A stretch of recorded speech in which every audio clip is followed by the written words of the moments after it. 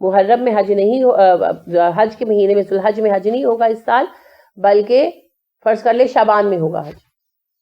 اس دفعہ حج کا مہینہ شعبان ہوگا. دوسرے ملکوں والے بھی رک جاتے. اس وقت انٹرنیشنل لیول سے لوگ نہیں آتے تھے، عرب ہی میں سے لوگ آتے تھے. اور اگر کہیں سے کوئی عرب فیملی سیٹل ہوتی تھی اور آتی بھی تھی تو اس کو پھر روک دیا جاتا تھا نا، کیونکہ حج ہو ہی نہیں رہا ہوتا تھا. اور دوسرا مقصد ان کا یہ تھا کہ یہ لوگ سال میں 13 مہینے کر لیتے تھے. چاند کی آپ کو پتہ ہے نا تاریخ میں دن بڑھتے اور کم ہوتے ہیں نا، یہ اللہ رب کریم کی اپنی مرضی اور حکمت ہے کہ اللہ نے چاند کو چنا سال اور دن کے حساب کے لیے. عام تصور یہ پایا جاتا ہے کہ شمسی کیلنڈر پہلے سے چلتا تھا تو مسلمانوں نے اپنے آپ کو ڈیفرنٹ کرنے کے لیے قمری کیلنڈر چن لیا. ایسا نہیں ہے. یاد رکھیے پہلا کیلنڈر یعنی پہلے کیلنڈر بنتے رہے، مگر قوموں کی جب تہذیب ختم ہوئی تو کیلنڈر بھی ختم ہوتے رہے. آج کی دنیا میں جو کیلنڈر چلتے ہیں ان میں سب سے پہلا کیلنڈر مسلمانوں کا ہے جو بنا. لہٰذا عمر فاروق رضی اللہ عنہ کے زمانے میں کیلنڈر بنا. اس وقت ابھی دنیا میں یہ جو ہے عیسوی کیلنڈر وغیرہ کچھ نہیں پایا جاتا تھا. عیسوی کیلنڈر بعد میں بنا ہے. لہٰذا سورج چاند دونوں کے حوالے سے مسلمان بنا سکتے تھے. مسلمانوں نے قرآن سے رجوع کیا اور اللہ رب کریم نے کہا نا یسألونک عن الاہلہ، یہ آپ سے چاند کے بارے میں پوچھتے ہیں، قل ہی مواقیت للناس والحج. تو یہ اوقات کار کا پیمانہ ہے لوگوں کے لیے بھی اور حج کے لیے بھی. تو اس آیت سے یہ نتیجہ نکالا گیا کہ ہمارے لیے کیلنڈر قمری ہے، شمسی نہیں. اس لیے قمری کیلنڈر کے تحت کیلنڈر بنایا گیا. اب ظاہری بات ہے اس میں دنوں کا فرق آتا ہے نا، تو اس کی وجہ سے کیا ہوتا ہے ہر سال حج کے دن ہر چیز کے دن پھر کر آتے ہیں. کبھی رمضان سردی میں آ رہا ہے، کبھی برسات میں آ رہا ہے، کبھی گرمی میں آ رہا ہے. اب اللہ کے بندے ہر حال میں روزہ رکھ کر اپنی اطاعت بھی ثابت کرتے ہیں اور ان کی ہر موسم کے مطابق ٹریننگ بھی ہوتی ہے. سرد و گرم کی عادت پڑتی ہے. حج کا بھی یہی ہے، پھر کر آتا ہے. کبھی بارشوں میں لوگ حج کر رہے ہیں، برسات میں جب حج ہوتا ہے تو بارشیں ہو رہی ہوتی ہیں. کبھی سردی میں آتا ہے، کبھی گرمی میں آتا ہے. ہر موسم کے اپنے اپنے ایشوز جو پیش آتے. ان کو بڑی دقت ہوتی تھی، پتہ ہے کیوں؟ ان کے تجارتی میلے متاثر ہوتے تھے نا. جیسے سردیوں میں خرید و فروخت کم ہو جاتی تھی، دن چھوٹے ہو جاتے تھے. برسات میں بارشوں کی وجہ سے میلے ہٹانے پڑتے تھے. تو ان کا دل چاہتا تھا کہ ایک جیسے موسم میں آئے. تو اس کے لیے انہوں نے کیا کیا کہ ایک جیسی تقسیم کر دی مہینے کی، برابر برابر. یہ کام یہود بھی کرتے ہیں، آپ کو پتہ ہے، انہوں نے سیکھا بھی یہودیوں سے. ہیبرو کیلنڈر کے 13 مہینے ہوتے ہیں. کچھ سال بعد وہ ہر سال برابر برابر برابر برابر جو ہے نا 12 مہینے کرتے، جس کی وجہ سے ہر سال کے کچھ دن بچ جاتے ہیں نا. تو 4-5 سال بعد جا کر وہ پھر ایک 13واں مہینہ مناتے تاکہ وہ جو دن بچ گئے نا وہ بیلنس ہو جائے. انہوں نے بھی یہی تماشا شروع کیا ہوا تھا. اس کا نتیجہ یہ نکلتا تھا کہ 32 سال تک حج محرم میں نہیں ذوالحج میں نہیں آتا تھا. 33 سال جا کر حج ذوالحج میں آتا تھا. سائیکل ایسا بنایا ہوا تھا. ہر سال برابر برابر یہ لوگ 12 مہینے کرتے تھے اور ہر سال کچھ دن بچ جاتے تھے. ٹھیک ہے. اب وہ جو بچے ہوئے دن ہوتے تھے ان کو سیٹ کرنے کے لیے ہر چوتھے یا 5ویں سال یہ ایک 13واں مہینہ شامل کرتے تھے اپنے کیلنڈر میں. ٹھیک ہے، اپنی گنتی میں. اس طرح وہ تو بیلنس ہو جاتا تھا، مگر ہر سال 15-20 دنوں کے فرق کی وجہ سے بات یہ پڑتی تھی کہ 32 سال تک حج اپنے مہینے اور اپنی ڈیٹ پر نہیں آ پاتا تھا. ہر 33ویں سال جو ہے وہ حج جا کر پھر حج کے مہینے میں اور حج کی تاریخ پر آتا تھا. اسی لیے بھی رسول اکرم صلی اللہ علیہ وسلم نے 8 اور 9 ہجری میں حج نہیں کیا، کیونکہ 8 ہجری میں بھی حج اپنے ڈیٹ اینڈ منتھ پہ نہیں ہوا تھا اور 9 ہجری میں بھی حج اپنے ڈیٹ اینڈ منتھ پر نہیں ہوا تھا. 9 ہجری میں اعلان کر کے نسیح کا قاعدہ منسوخ کر دیا گیا. 10 ہجری میں حج دوبارہ اپنے ڈیٹ اینڈ ٹائم پر ہوا اور رسول اللہ صلی اللہ علیہ وسلم نے اسی لیے کہا تھا لوگوں آج کون سا مہینہ ہے؟ لوگوں نے کہا ذوالحج. آپ نے فرمایا آج کا دن کون سا ہے؟ انہوں نے کہا 9، حج کی 9 تاریخ. آپ نے کہا یہ کون سی جگہ ہے؟ انہوں نے کہا حرم. اس میں پھر آپ صلی اللہ علیہ وسلم نے بعد میں کہا کہ حرمت جس طرح ان جگہوں کی ہے اس طرح مسلمان کی جان و مال کی ہے. لیکن یہ بھی ذہن نشین کرانا مقصود تھا کہ حج مہینے میں حج کے ہوگا اور اس کی تاریخوں پر ہوگا. تو اس طرح نسی کا قاعدہ ہمیشہ کے لیے ختم کر دیا گیا. تو جس سال یہ پھر پیارے نبی صلی اللہ علیہ وسلم نے حج کیا تھا تو یہ قدرتی طور پہ وہ بھی سال آیا تھا؟ اعلان کیا گیا تھا. قدرتی طور پر نہیں آنا تھا, ابھی ٹائم تھا. جی نہیں, ابھی ٹائم تھا اس میں کہ تقریباً 23 سال بعد حج کے مہینے میں ہوا تھا. تو میں نے کہا نا وہ 32 سال کا سائیکل بنتا تھا, 33ویں سال آتا تھا. ابھی ٹائم تھا. آپ نے, اللہ نے یہ آیتیں اتاری تو اعلان کر کے نسی کا قاعدہ ختم کر دیا گیا. اور پھر ہجرت کے 10ویں سال سے آج تک حج جو ہے وہ حج کے مہینے اور حج کی ڈیٹس پر ہی ہو رہا ہے الحمدللہ. تو اس سے ایک بات یہ عمومی بھی ثابت ہو گئی کہ جتنی بھی جاہلیت کی رسمیں اور رواج بنائے گئے ہیں وہ سب منسوخ ہیں, ان پر عمل نہیں کیا جائے گا. ٹھیک ہے, یہ نسی کا قاعدہ سمجھ آ گیا آپ کو. اور یہاں یہ بھی بات بتا دی گئی کہ حرام مہینے شروع سے 4 ہی ہیں. تو مہینوں کی حرمت کے بارے میں جو ادھر ادھر کی کہانیاں بنائی جاتی ہیں, یہ واقعہ ہوا وہ واقعہ ہوا, یہ سب درست نہیں. جس کی وجہ سے حرمت ہوئی, نہیں, ایسی کوئی بات نہیں. رجب کے بارے میں عجیب قصے بناتے ہیں. کوئی ایسی بات نہیں ہے. اللہ نے جب سے کائنات بنائی انہی 4 مہینوں کو حرام رکھا. مرضی اللہ رب کریم کی اپنی حکمت ہے. میں یہ سمجھتی ہوں حرام مہینوں میں مومنین کانشیس ہو جاتے ہیں نا, اخلاقی اعتبار سے, عبادت کے اعتبار سے. تو 3 مہینے تو وہ ویسے ہی ذیقعدہ سے لے کر محرم کے اختتام تک نیک کاموں کی کوشش کرتے ہیں, تو ان کی پریکٹس ہو جاتی ہے, اصلاح ہو جاتی ہے. اب اس کے بعد اگر کوئی کمی آتی ہے تو پھر 3-4 مہینے بعد رجب آ جاتا ہے.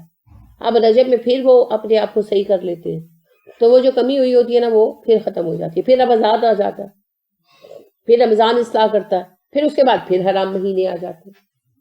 تو یہ ہمیں محتاط کرنے کے لیے اللہ نے ایک سائیکل بنا دیا ہے کہ 12 کے 12 مہینوں میں سے صرف اگر رمضان ہی ہوتا اپنی برکات کی وجہ سے ہمارے لیے, تو 11 مہینے تو ہم لوگ پھر بالکل ڈل رہتے تھا.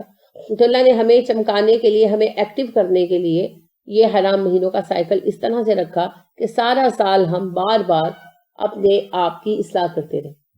میرے خیال میں اس میں یہ حکمت ہے. باقی اللہ علیم و حکیم ہے. علماء کچھ نہیں کہتے اس کے بارے میں, رائے ہی ہے.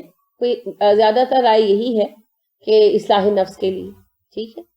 اور بعض نے کہا کہ اجر بڑھانے کے لیے مومنین کے کاموں کا, کیونکہ حرام مہینوں میں نیکی کا اجر بڑھ جاتا ہے نا. تو اللہ نے نمبر زیادہ دینے کے لیے, اجر بڑھانے کے لیے یہ 4 مہینے کر دیے.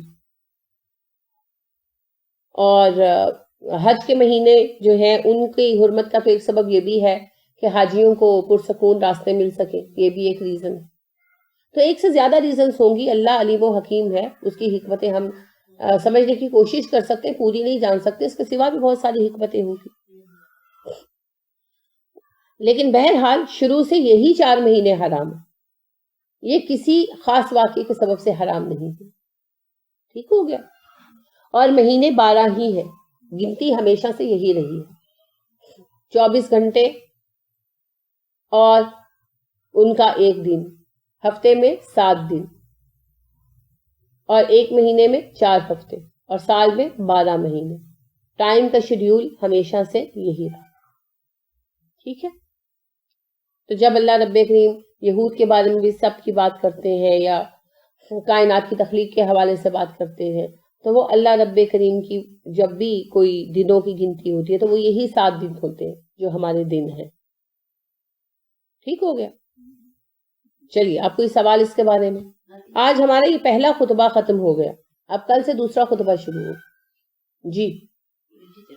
لوگ سفر کے مہینے کو بھی بہت لگے, دیکھیں سفر سواد سے شروع ہوتا ہے, وہ یہ سفر کہتے ہیں کہ اگر اس مہینے جو ساری چلتا رہتا ہے بندہ, یہ ہے جاہلانہ باتیں, اپنی گھڑی ہوئی باتیں. یہ اپنی گھڑی ہوئی بات نہیں ہے. اور یہ وہی جو ہے نا جاہلانہ قاعدے جو کفار مکہ میں تھے, یعنی عرب کے جہلا میں تھے. عرب کے لوگ بھی سفر کو اچھا نہیں سمجھتے تھے. سفر کا مطلب ہوتا ہے خالی رہ جانا. سفر اور صفر ہم معنی ہیں, لکھنے میں ایک جیسے ہیں نا, معنی میں بھی ایک جیسے ہیں. سفر اور صفر ہم معنی ہیں. عربوں میں آپ کو پتا ہے حرام مہینے چل رہے ہوتے تھے, ذیقعدہ, ذوالحج اور محرم, تو اس کی وجہ سے جنگیں روک دیتے تھے. اور وہ قبیلے جن کا پیشہ ڈاکہ زنی تھا وہ ڈاکہ زنی بھی بند کر دیتے تھے. اب جیسے ہی محرم ختم ہوتا تھا، سفر شروع ہوتا تھا، تو یہ اپنے کاروبار شروع کر لیتے تھے. یعنی اگر جنگ کا آنے تو جنگ شروع کر لیتے تھے، اگر ان کا پیشہ ڈاکہ زنی تھا تو ڈاکہ زنیوں پر نکل جاتے تھے. تو پیچھے کیا ہوتا تھا؟ گھر خالی رہ جاتے تھے، گھروں میں عورتیں بچے رہ جاتے تھے، مرد نکل جاتے تھے. تو اسی سے پھر سفر نام پڑا اس کا، سفر خالی رہ جانے والا. اب ہوتا کیا تھا پھر؟ کیجویلٹیز بہت ہوتی تھی، موتیں بہت ہوتی تھی. کیوں؟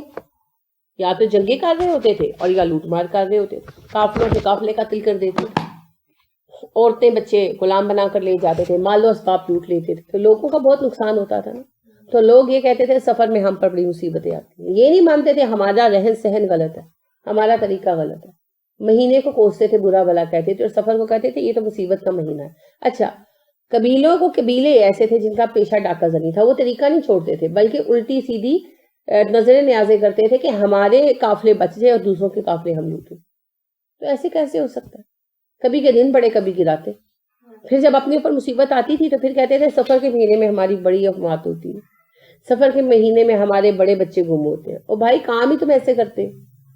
تو رسول اکرم صلی اللہ علیہ وسلم نے فرمایا لا سفرہ ولا ادوا ولا طیرہ ولا حام. نہ سفر کی کوئی نحوست ہے، نہ چھوت چھات کی بیماری کی کوئی حقیقت ہے، نہ ہی الو کی کوئی حقیقت ہے، اور نہ ہی فال کی کوئی حقیقت ہے. ٹھیک ہے، ان چیزوں کی کوئی حقیقت نہیں ہے. عربوں میں یہ چار چیزیں رائج تھی نا. ایک تو ہر جاہلانہ معاشرے میں چھوت چھات کی بڑی ہوتی ہے. ہندوؤں میں بھی جیسے ہمارا دھرم بھرشٹ ہو جائے گا، تو ایک دوسرے کو ابھی تک آپ دیکھیں، ابھی تک وہ لوگ اتنا پڑھ لکھ گئے تو وہ پانی جب پیتے ہیں نا تو گلاس کو منہ لگا کر پانی نہیں پیتے، گلاس پکڑ کر اوپر سے منہ میں پانی ڈالتے ہیں. حالانکہ اتنے پڑھ لکھ کے گئے، بڑے بڑے اسکالرز ان کے یہی کرتے ہیں، کیونکہ وہ چھوت چھات کا تصور ذہنوں سے ابھی بھی چپکا ہوا. تو آپ صلی اللہ علیہ وسلم نے فرمایا لا ادوا، چھوت چھات کوئی چیز نہیں ہے. ایک صحابی نے اس پر سوال بھی کیا، انہوں نے کہا اللہ کے نبی صلی اللہ علیہ وسلم اگر چھوت چھات کی حقیقت نہیں ہے تو ایسا کیوں ہوتا ہے کہ ہمارے اونٹ اس طرح صحت مند ہوتے ہیں جیسے اونٹ کی ہرن کی سکین ہوتی ہے تو ایک خارج زدہ اونٹ آتا ہے اور سب خارج زدہ ہو جاتے ہیں. آپ صلی اللہ علیہ وسلم نے فرمایا مجھے یہ بتاؤ پہلے اونٹ کو خارج کہاں سے کرے؟ تو وہ چپ ہو گئے. مطلب یہ کہ یہ اللہ کا حکم ہوتا ہے. اور آپ دیکھیں سردی گرمی میں جو وبائیں پھیلتی ہیں جیسے زکام کی یا گرمیوں میں ٹائیفائڈ وغیرہ کی، تو سارا گھر مبتلا ہوتا ہے اور 2-3 لوگ نہیں ہوتے. کیوں نہیں ہوتے؟ ان کو کس چیز نے بچائے رکھا؟ بس اللہ کا حکم. تو ہم تو اپنے گھروں میں ایسا کرتے ہیں کہ بخار ہوا اس بچے کا پانی کسی اور کو نہ پینے. غلط کرتے ہیں، اور یہ اس طرح غلط کرتے ہیں. بلکہ مومن کے جوتے میں شفا ہے. یہ باقاعدہ ڈاکٹرز اب مانتے ہیں، وہ کہتے ہیں بچوں کو ایک دوسرے کا جوتا کھلائیں، خود ایک دوسرے کا جوتا کھائیں. ایک دوسرے کا جوتا کھانے سے امیونٹی بڑھتی ہے، آپ میں قوت مدافعت بڑھتی ہے. لہٰذا اب ڈاکٹر اس بات پہ زور دیتے ہیں، کیونکہ آپ کو پتا ہے کہ یورپ وغیرہ میں تو اکٹھے کھانے کا تصور ہی نہیں نا. اپنی پلیٹ ہے، میری پلیٹ ہے، میرا نیپکن ہے، میری چیز ہے، ہاتھ مت لگانا. ہم تو پھر بھی ابھی اکٹھے کھا لیتے ہیں، بچوں کو ساتھ کھلا دیتے ہیں. ہمارے یہاں ہمارے بچپن میں اگر آپ یاد کریں تو دسترخوانوں میں جب بیٹھتے تھے تو پلیٹیں الگ الگ نہیں ہوتی تھی. جس طرح الگ پلیٹوں کا رواج نہیں تھا. بڑی ڈشز جس کو غوری بھی کہا جاتا تھا ان کے اندر چاول ڈالے جاتے تھے، کھایا جاتا تھا. ایک پلیٹ میں سالن ڈالا جاتا تھا اور 2-3 لوگ اسے شیئر کرتے تھے. یہی ہے اور یہ بہت اچھا طریقہ ہے. عربوں میں بھی آج تک یہی طریقہ رائج ہے. امیر سے امیر لوگوں کے یہاں طریقہ یہی رائج ہے کہ جیسے پراتیں لگائی جاتی ہیں اور اس کے گرد جتنے لوگ بیٹھ سکتے ہیں، فرض کریں 8 بیٹھ سکتے ہیں. انہوں نے کھا لیا، اٹھ گئے، اسی کے اندر اور کھانا ڈال دیا، اب انہوں نے بیٹھ کے کھایا، وہ اٹھ گئے اور لوگ آگے. عربوں میں آج بھی یہی طریقہ ہے، ٹھیک ہے، اور یہی فطرت کا طریقہ ہے. لہٰذا آج اب ڈاکٹرز کہتے ہیں اور شدت سے کہتے ہیں کہ ایک دوسرے کی بوتل شیئر کریں، ایک بچوں کو ایک دوسرے کے فیڈر شیئر کرائیں، امیونٹی بڑھتی ہے. تو یہ چھوت چھات غلط سوچ ہے. بیماری آنی ہے تو آنی ہے، نہیں آنی ہے تو نہیں آنی. ٹھیک ہو گیا. اس کے بعد معروف آپ احتیاط کر لیں اگر کوئی بہت بڑی بیماری ہے، بہت بڑی بیماری ہے، جیسے آپ کو پتا ہے ہیپاٹائٹس چھونے وغیرہ سے پھیلتا ہے، تو ٹھیک ہے چلے روٹی نہ پکوائیں، واش روم کی صفائی رکھیں، کیونکہ یہ بڑی اور سیریس بیماری ہے. تو ایک معروف احتیاط کر لیں، وہ بھی اپنی کمزوری دور کرنے کے لیے، ورنہ ہونا وہی ہے جو اللہ کریم کا حکم ہے، نہیں ہونا تو نہیں ہونا. پھر آپ صلی اللہ علیہ وسلم نے فرمایا لا طیرہ، فعال کی کوئی حقیقت نہیں ہے. عرب ہر کام سے پہلے فال لیتے تھے. آپ صلی اللہ علیہ وسلم نے فرمایا کہ جو اپنے گھر سے باہر نکلا کسی کام سے اور اس نے رستے میں فال لی، یعنی کہ بلی راستہ کاٹ گئی اور وہ واپس آ گیا، اس نے شرک کی. تو صحابہ نے پوچھا پھر اس کا کفارہ کیا ہے؟ تو آپ نے کہا یہ پڑھو، لا طیر الا طیرک، لا خیر الا خیرک ولا الہ غیرک، کہ اللہ جی کوئی بدشگونی نہیں سوائے اس کے کہ آپ کی طرف سے کچھ حکم ہو، کوئی خیر نہیں سوائے اس کی کہ آپ کی طرف سے کوئی حکم ہو، اور آپ کے سوا کوئی معبود بھی نہیں. تو آپ نے اسے شرک قرار دیا. ٹھیک ہے، تو لہٰذا یہ فال شال اس کی کوئی حقیقت نہیں ہے. آپ نے فرمایا بری فال کچھ نہیں ہوتی، ہاں اچھی فال ہوتی ہے. صحابہ نے پوچھا اچھی فال کیا ہے؟ آپ نے کہا اچھا نام، کسی کا نام اچھا ہے، جگہ کا نام اچھا ہے. تو انس کہتے ہیں کہ آپ صلی اللہ علیہ وسلم اگر کسی جگہ جاتے تو لوگوں سے اس جگہ کا نام پوچھتے، نام اچھا ہوتا تو خوش ہوتے، اور اگر کسی فرد کا نام اچھا ہوتا تو خوش ہوتے. اس کی مثال حدیبیہ کا معاملہ ہے نا. حدیبیہ میں پہلے 2 سفیر آئے تو بات ہی بنی. پھر سہیل بن عمر آئے تو دور سے آپ صلی اللہ علیہ وسلم نے دیکھا، پہچانتے تھے آپ مکہ کے ہی تو تھے. تو آپ صلی اللہ علیہ وسلم نے کہا کہ سہیل آگے اللہ سہولت عطا کریں گے، اب بات بن جائے گی. سہیل کا مطلب یہ نا سہولت دینے والا، اور بات بن بھی گئی. تو آپ صلی اللہ علیہ وسلم پازیٹیو باتوں کو قبول کرتے تھے. اس کی مثال یہ ہے کہ آپ گھر سے نکلے، آپ کو جلدی ہے، پیپر دینا ہے، دیر ہو رہی ہے، آپ گھر سے نکلے اور آپ کو گھر کے دروازے پہ ہی رکشا یا ٹیکسی مل گئی، اچھا شگون ہے، الحمدللہ اللہ آسانی عطا کرے گا آگے بھی. ٹھیک ہے، اور باقی بدشگونی وہ کچھ بھی نہیں ہوتا، اسلام نہیں مانتا. پھر آپ نے فرمایا ولا ہام، الو کی کوئی نحوست نہیں ہوتی. عربوں میں بھی یہ تصور تھا کہ الو بولتے ہیں تو نحوست چھا جاتی ہے اور گھر ویران ہو جاتے ہیں. اور ان کا مزید اتنی ایڈیشن تھی کہانی میں کہ کوئی شخص قتل ہو جائے نا تو اس کی روح جو ہے نا وہ الو کی شکل میں جنم لیتی ہے، یا اس کی کھوپڑی سے الو نکلتا ہے اور وہ جا کر روتا ہے گھروں کہ مجھے انصاف دلاؤ، مجھے انصاف دلاؤ. تو انصاف نہ دلاؤ تو وہ علاقہ برباد ہو جاتا ہے، ویران ہو جاتا ہے. تو وہی ملتا جلتا تصور ہمارے یہاں ہے. یہ بس روح والی بات نہیں ہے، باقی وہی ہے کہ الو جہاں بولتے ہیں وہاں تباہی آتی ہے، ویرانی چھا جاتی. اب یہ بالکل جاہلانہ بات ہے. تو آپ نے فرمایا ولا ہام، الو کی کوئی نحوست نہیں، اور ولا سفر، سفر کی کوئی نحوست نہیں ہوتی. عرب بھی یہی مانتے تھے کہ سفر منحوس مہینہ ہے. تو آپ صلی اللہ علیہ وسلم نے فرمایا سفر کی کوئی نحوست نہیں، اصل میں نحوست ہے ہی نہیں. اور پھر یاد رکھیں حدیث قدسی ہے، اللہ فرماتے ہیں ابن آدم مجھے ایذا دیتا ہے، مجھے گالیاں دے کر. وہ زمانے کو گالیاں دیتا ہے، زمانہ تو میں ہوں، میں دن رات کو بدلتا ہوں. تو جب وہ زمانے کو گالیاں دیتا ہے تو مجھے ایذا دیتا ہے، یعنی زمانے کو برا بھلا کہنا، اللہ کو برا بھلا کہنا. لہٰذا علماء تو یہ بھی منع کرتے ہیں کہ یہ بھی کہا جائے کہ جیسے ہم کہتے ہیں نا زمانہ عجیب آ گیا، کہہ دیتے ہیں نا سم ٹائم. علماء کہتے ہیں یہ بھی مت کہو، یہ بھی گناہ ہے. افراد بدلے ہیں، وقت کو کچھ نہیں ہوا. وقت تو اللہ رب کریم کی ذات ہے وہ ہمارے لیے. تو لہٰذا اس حدیث کے تحت ایام کو، اوقات کو برا بھلا کہنا منع کر دیا گیا. یہ بالکل صحیح حدیث میں سے ہے. تو جب ہم سفر کو کوستے ہیں تو استغفر اللہ، ہم اللہ رب کریم کو کوستے ہیں، کیونکہ وقت کیا ہے، اللہ کا حکم ہے نا. تو لہٰذا ہمیں تو میں نے کہا نا گفتگو میں احتیاط کا حکم دیا گیا کہ یوں مت کہو عجیب سا زمانہ آ گیا ہے، وقت بدل گیا ہے. یوں مت کہو لوگ بدل گئے، لوگوں کے رویے عجیب ہو گئے. وقت پہ بات مت ڈالو، کیونکہ وقت اللہ کے حکم کا نام ہے. تو جب ہم وقت کو برا بھلا کہتے ہیں، کوستے ہیں، تو ہم اللہ کے حکم کو کوستے ہیں. اور حکم کو کوسنا، حاکم کو کوسنا ایک ہی بات ہے. ٹھیک ہو گیا. تو سفر کی کسی مہینے کی کوئی نحوست نہیں ہوتی. اسلام نے ان چیزوں کو سختی سے رد کیا. آپ کو پتہ عربوں میں شوال کا مہینہ منحوس مانا جاتا تھا، شوال کا. تو اللہ نے عید الفطر شوال میں رکھی. اما عائشہ صدیقہ رضی اللہ تعالیٰ عنہ فرماتی ہیں شوال کے مہینے میں عرب شادیاں نہیں کرتے، اور کہتے ہیں کہ شوال کے مہینے کی گئی شادی کامیاب نہیں ہوتی اور نحوست کا شکار ہوتی ہے. حالانکہ میرا تو نکاح بھی شوال میں ہوا اور میری رخصتی بھی شوال میں ہوئی. بلا بتاؤ مجھ سے زیادہ خوش قسمت کوئی عورت ہو سکتی ہے؟ ایک تو نبی صلی اللہ علیہ وسلم کی بیوی تھی نا، اور دوسری محبوب ترین بیوی تھی. تو اما عائشہ کی جو محبت تھی نبی کریم صلی اللہ علیہ وسلم کے دل میں، اس کے معاملے میں کوئی اما عائشہ سے سبقت نہیں لے جا سکتا ہے نا. تو واقعی جو قسمت اما عائشہ صدیقہ رضی اللہ تعالیٰ عنہ نے پائی، وہ اس میں کوئی ان کا مقابلہ ہی نہیں کر سکتا. وہ نبی صلی اللہ علیہ وسلم جن سے محبت ہم سارے کرتے ہیں، وہ خود عائشہ سے محبت کرتے تھے اور شدید کرتے تھے، ہے نا.